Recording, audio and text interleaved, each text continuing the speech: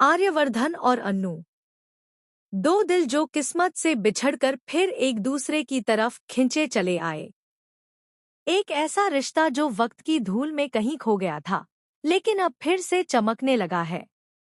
आज दोनों को एक साथ देखा गया, रसोई में, मुस्कुराते हुए, एक दूसरे की मदद करते हुए।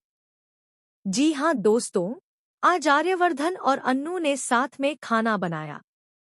लेकिन यह सिर्फ एक साधारण कुकिंग सीन नहीं था, यह तो दो टूटे हुए दिलों का फिर से जुड़ना था।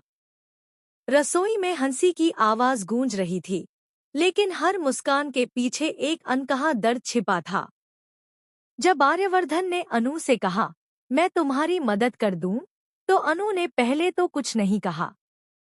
उसकी आंखों में पुराने लम्हों की झलक थी, वही वक्त जब आर्य ने उसे छोड़ा था, जब सब कुछ बिखर गया था। मगर आज हालात बदल चुके हैं। आर्यवर्धन का दिल एक बार फिर उसी प्यार के सामने बेबस हो गया है। और अब कहानी यहीं से एक नए मोड़ पर पहुंचती है। आर्य की माँ, जो हमेशा अपने बेटे को समझाने की कोशिश करती आई हैं, अब एक बार फिर सामने आती हैं। वह आर्यवर्धन से कहती है, बेटा, इस बार उसे जाने मत देना।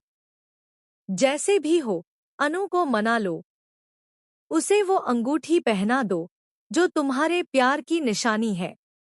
उनके शब्दों में वह ममता झलक रही थी जो हर माँ में होती है, लेकिन साथ ही एक गहरा डर भी। डर इस बात का कि कहीं किस्मत फिर से उनके बेटे से उसका सच्चा प्यार न छीन ले। अब आर्य के दिल में एक ही बात है, किसी भी तरह से अनु को अपनी जिंदगी में वापस लाना। मगर कहानी इतनी आसान कहाँ होने वाली थी।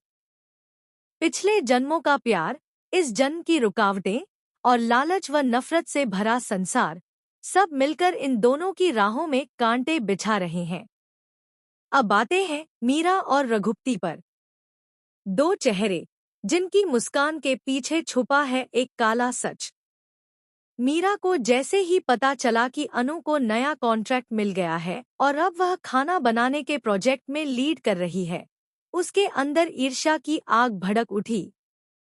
वह बर्दाश्त नहीं कर पा रही कि लोग अब अनु की तारीफ कर रहे हैं, उसकी पहचान वापस लौट रही है।